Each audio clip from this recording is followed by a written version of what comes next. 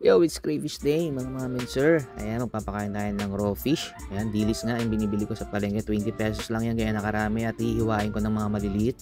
At bawat crayfish binibigyan ko lang po sila ng isang ganyang kaliit. Hindi ko po sila binibigyan ng malaki dahil hindi naman din nila nauubos. At hindi naman din sila kailangan ma-overfeed. Kasi pag na-overfeed sila, cause ng pagka-dead sila, yung sobrang pagkabusog.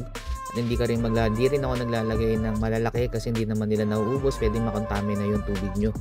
Kasi po malakas po makabaho yung mga raw fish o kaya mga raw meat tulad ng mga chicken sa mga tubig po natin. So pag namaho po yan, nataas ang ammonia level, pwede pong makasama po sa kanila. So isa-isa ko po nilalagyan yung mga crayfish dahil konti lang naman sila. Direkta ko nang nilalagay sa harapan nila o doon sa mismong hide nila para makain nila na mas mabilis at maubos nila. So yun lang, follow for more.